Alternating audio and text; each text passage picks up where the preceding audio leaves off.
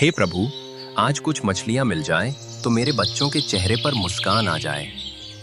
कल छोटा मुन्ना बोल रहा था, बाबा मछली की खुशबू आ रही है, क्या आज खाएंगे? मैं क्या जवाब देता? पेट से बड़ी कोई और मजबूरी भी तो नहीं। राम जाल फेंकता है और कुछ क्षणों के बाद उसे महसूस होता है कि जाल भारी हो गई है, बहुत भारी, जैसे नदी की गहराई खुद उसके हाथों में समा गई हो। वो पूरी ताकत से जाल खींचता है और तभी राम आश्चर्य से बोलता है, हे भगवान, ये कैसी मछली है? वो दृश्य किसी चमत्कार से कम नहीं था। जाल में फंसी थी एक सोने सी चमकती मछली, जिसके शरीर से एक कोमल दिव्य आभा निकल रही थी। राम के कांपते हाथों ने उसे जाल से बाहर निकाला और तभी मछली ने बोला, राम, डरो मत, मेरी बात सुनो। तुम बोल कैसे रही हो? ये कौन सा जादू है या कोई सपना? मैं कोई साधारण मछली नहीं हूँ राम, मेरा एक अधूरा जीवन है, एक अधूरी कहानी जिसे केवल तुम पूरा कर सकते हो। मैं तो बस एक गरीब मछुआरा हूँ जिसके हाथों में मेहनत है, जादू नहीं। मैं भला आपकी क्या मदद कर सकता हूँ? शायद आपको किसी और की तलाश है, मेरी नहीं। मेरे जैसा गरीब इंसान आपकी क्या मदद कर सकता है?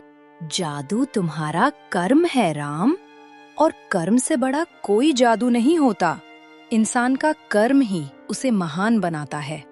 तुमने एक बार कई साल पहले मुझे इसी नदी में वापस छोड़ दिया था, याद है? राम की आंखें कुछ पल के लिए दूर चली गईं।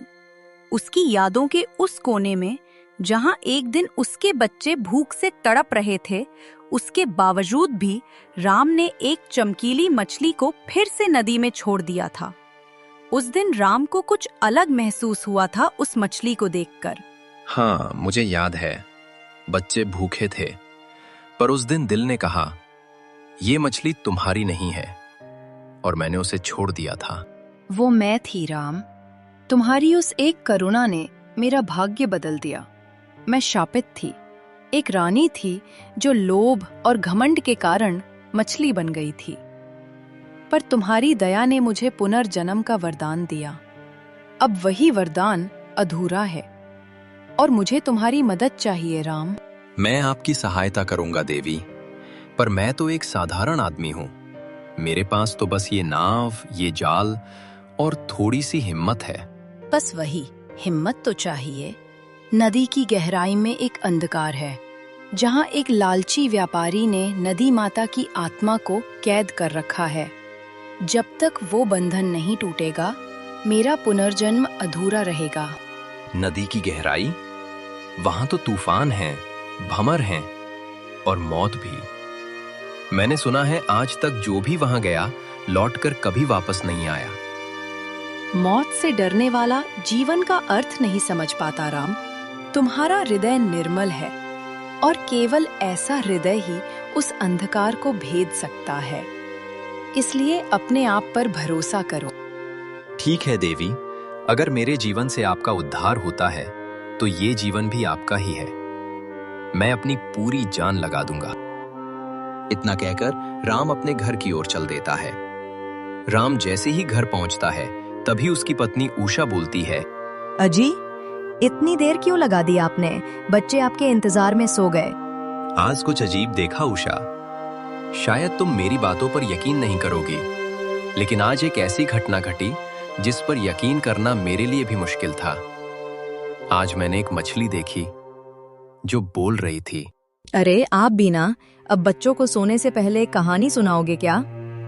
लगता है नाव में बैठे बैठे सपना देख लिया आपने कि एक मछली आपसे बात कर रही है। गांव में किसी और से मत कहिएगा, नहीं तो लोग आपका मजाक उड़ाएंगे। काश ये बस कहानी होती। मैं झूठ नहीं बोल रहा हूँ भाग्यवान, देख लेना, एक दिन सबको मेरी बातों पर यकीन होगा।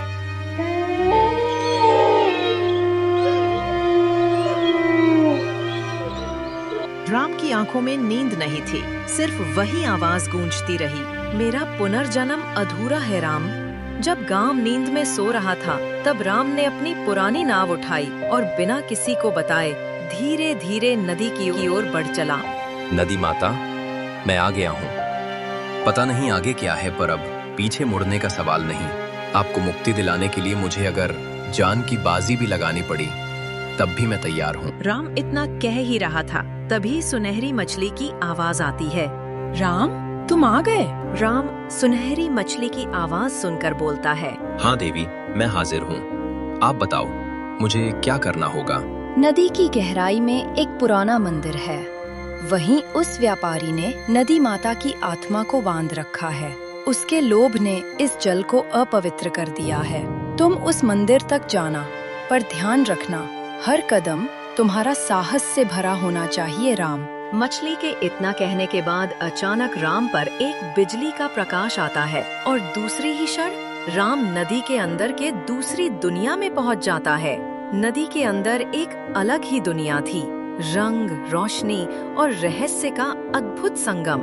हरे भरे पेड़ पौधे। आगे कुछ दूर जाने पर मंदिर दिखाई देता है, परंतु मंदिर के द्वार पर एक रक्षक खड़ा था जो शायद मंदिर का पहरेदार था। जैसे ही राम मंदिर के पास जाता है, वैसे ही पहरेदार गुस्से में बोलता है, कौन हो तुम जो नदी माता के बंधन तक पहुंचने की कोशिश कर रहे हो? तुम्हारी इतनी हिम्मत की नदी के अंदर इस पावन स्थान पर आए हो। अपने जीवन से प्यार नहीं है क्या? मेरा नाम राम है और मैं एक मछुआरा हूँ। एक शापित आत्मा की मुक्ति के लिए आया हूँ। कृपया करके मुझे अंदर जाने दीजिए ताकि मैं अपने वचन का पालन कर सकूं, जो वचन मैंने उस सुनहरी मछली को दिया था। मछुआरा, एक तुच्छ जीव, यहां से सिर्फ लालच और मृत्यु लौटती है। तू सोचता है मुझसे झूठ बोलकर अंदर चला जाएगा? ऐसा कदापि नहीं होने दूंगा मैं। तुझसे पहले भी एक व्यापारी आया था जिसने धोखे से एक शापित अस्त्र के सहारे नदी माता के आत्मा को कैद कर लिया। मेरा कोई स्वार्थ नहीं है। मैं किसी को दुख से मुक्त करने आया हूं। जिसके लिए मुझे मौत का भी सामना करना पड़े तो मैं करूंगा, और उसके लिए मेरा अंदर जाना अति आवश्यक है। मैं आपसे हाथ जोड़कर विनती करता हूं, कृपया करके मुझे अंदर जाने दीजिए। रक्षक ने कुछ पल उसे देखा, फिर उसकी आंखों में एक अजीब नरमी उभरी। उसने मन ही मन सोचा, शायद ये वही इंसान है जो नदी माता को उस दुष्ट व्यापारी के कैद से हमेशा के लिए मुक्त करेगा। सदियों बाद कोई ऐसा इंसान आया है जिसके दिल में कोई स्वार्थ नहीं है। तुम्हारा दिल निर्मल है राम। तुम नेक इंसान हो और तुम्हारे यहाँ आने के पीछे एक वजह भी है, इसलिए तुम अंदर जा सकते हो। इतना सुनकर राम मंदिर में प्रवेश करता है। हे भगवान, कितनी सुंदर मूर्ति है। शायद इसी मूर्ति में नदी माँ की आत्मा को कैद किया गया है, और ये वही शापित अस्त्र का घेरा है जिससे माता की आत्मा को कैद किया गया है। उस मूर्ति से करुणा झलक रही थी। ऐसा लग रहा था जैसे मूर्ति अब बोल देगी, जैसे कोई माँ अपने बच्चों को पुकार रही हो। और तभी मंदिर के पीछे से दुष्ट व्यापारी बाहर आता है और बोलता है, तो तुम आ ही गए मछुआरे अपनी जान देने। तुम कौन हो और यहाँ क्या कर रहे हो? कहीं तुम वही पापी तो नहीं हो जिसने अपने नीच कर्मों से पूरी मानवता को बदनाम किया है? हाँ, मैं वही हूँ जिसने इस नदी को अपना बनाया है। हर लहर अब मेरे हुक्म से चलती है। ये नदी माता नहीं, मेरी दासी है।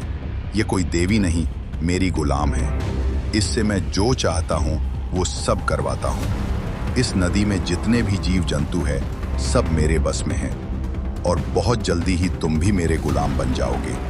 मेरी शरण में आ जाओ, तुम्हारी जान बख्श दूंगा। इतना सुनने के बाद राम का गुस्सा 7वें आसमान पर पहुंच जाता है और राम गुस्से में बोलता है, नदी किसी की दासी नहीं होती, वो तो जीवन देती है। तुमने उसे बंधन में बांधकर बहुत बड़ा पाप किया है। दुष्ट कमीने इंसान, इसकी कीमत तुम्हें 7 जन्मों तक चुकानी पड़ेगी। पाप उसको बोलते हैं जिसको गरीब लोग करते हैं, और अमीर इंसान जो करे उसको व्यापार बोलते हैं। अमीर इंसान का बुरा कर्म भी अच्छा माना जाता है। क्या तुमको नहीं पता? इस दुनिया में पैसा ही सब कुछ है। व्यापारी की ऐसी मानसिकता देखकर राम का खून खोलने लगा। उसकी आंखों में अब डर नहीं था। आगे राम बोलता है, आज तुझे दिखाऊंगा कि सच्चाई और ईमानदारी की ताकत क्या होती है। सच्चाई और ईमानदारी से कोई अमीर नहीं बन सकता, और ना ही भूख मिटती है। जो छल कपट करता है आज के जमाने में वही सबसे सूखी है। दुष्ट व्यापारी अभी अपनी बात कह ही रहा था, फिर से एक बिजली कड़कने के साथ एक रोशनी दिखती है और उसके तुरंत बाद ही सुनहरी मछली प्रकट होती है। मछली बोलती है, तेरा अंत अब नजदीक आ चुका है दुष्ट। तू लोभ लालच में पागल हो चुका है। तुम तो वही मछली हो ना जिसको मैंने सालों पहले पकड़ लिया था, और उस वक्त तुम मेरे शापित अस्त्र से किसी तरह बचकर भाग गई थी। अच्छा हुआ तुम आज आ गई। आज तुझे भी अपना गुलाम बना लूंगा। उस दिन मेरी शक्तियाँ पूरी तरह से विकसित नहीं हुई थी दुष्ट, लेकिन तू चिंता मत कर। आज तुझे ऐसा सबक सिखाऊंगी कि तू जिंदगी भर याद रखेगा। तभी राम मछली को आवाज लगाता है, देवी, बताओ क्या करना होगा? नदी माता को कैसे आजाद किया जा सकता है? राम, वो जो मंदिर के सामने काले रंग का माला लगा हुआ है, वही शापित अस्त्र है जिससे नदी माता की आत्मा को उस मूर्ति के रूप में कैद किया गया है। उसको तोड़ दो, तुम्हारा स्पर्श ही उन्हें मुक्त कर सकता है। तुम नदी माँ की मूर्ति के पास जाओ। इस दुष्ट को मैं देखती हूँ। इतना कहकर सुनहरी मछली उस दुष्ट व्यापारी पर अपनी शक्ति से प्रहार करती है, जिससे मूर्छित होकर वो वहीं गिर जाता है। और इधर राम मूर्ति के पास दौड़कर जाता है और मूर्ति को अपने हाथों से स्पर्श करता है, जिससे नदी माँ आजाद हो जाती है और राम से बोलती है, राम, तुमने मुझे इस कैद से आजाद किया और मानवता का नाम रोशन किया है, और ये साबित करता है कि इस धरती पर आज भी नेक और ईमानदार लोग मौजूद हैं। मेरा आशीर्वाद तुम्हारे साथ हमेशा रहेगा। इतना कहकर नदी की देवी एक लाल रोशनी में विलीन हो जाती है। उसके बाद सुनहरी मछली बोलती है, तुम्हारी परीक्षा पूरी हुई राम। अब मेरा पुनर्जन्म पूर्ण है। पर याद रखना, हर दया, हर अच्छाई कभी व्यर्थ नहीं जाती, और तुमने जो किया वो इंसानियत के लिए मिसाल है। देवी, मेरा सौभाग्य है कि मैंने आपकी सेवा की, और मैंने तो सिर्फ इंसानियत का फर्ज निभाया है। इसके बाद सुनहरी मछली भी नदी की गहराइयों में विलीन हो गई। सूरज की लालिमा धीरे धीरे आसमान में फैल रही थी। नीलपुर गांव की नदी अब पहले से कहीं ज्यादा निर्मल, उज्जवल और जीवंत लग रही थी। उसकी लहरों में अब कोई अंधकार नहीं था, बल्कि हर बूंद में जीवन की ऊर्जा झिलमिला रही थी। राम किनारे पर बैठा था, थका हुआ, भीगा हुआ, पर उसकी आंखों में संतोष की एक गहरी चमक थी। राम नदी से उठकर धीरे धीरे घर की ओर जाता है, जहाँ पर उसका बेटा श्याम और उसकी पत्नी उषा इंतजार कर रहे होते हैं। जैसे ही राम घर पहुँचता है, उसका बेटा बोलता है, पिताजी, आपको पता है, कल तो जो नदी का पानी काला और गंदा था, आज सुबह से बहुत साफ और स्वच्छ हो गया है, और उसमें पता नहीं कहां से ढेर सारी मछलियां आ गई हैं। नदी का पानी तो अब पीने योग्य हो गया है। हाँ मेरे बेटे, नदी का पानी अब हमेशा साफ और स्वच्छ रहेगा, और हम सभी गांव वालों की ये जिम्मेदारी है कि नदी में कूड़ा करकट ना बहाए। नदी तो हमारी माँ समान होती है, जो जीवन देती है और इंसानियत को पीने का पानी देती है। राम जब गांव की चौपाल पर गया तो गांव के सभी लोग उसके चारों ओर इकट्ठा हो गए। सभी की आंखों में एक ही सवाल था कि राम को एक दिन नदी में एक बोलने वाली मछली मिली थी, जो अपने मुक्ति के बारे में राम से कह रही थी। गांव वाले राम से सच जानना चाहते थे कि सच्चाई क्या है, और वो 1-2 दिन से कहाँ गायब था। राम, हमने सुना है कि एक मछली तुमसे बात करती है, और तुमने उससे वादा किया है कि तुम उसको आजाद करोगे। कहीं दिन में सपने तो नहीं देख रहे थे, या फिर हम गांव वालों को बेवकूफ समझते हो?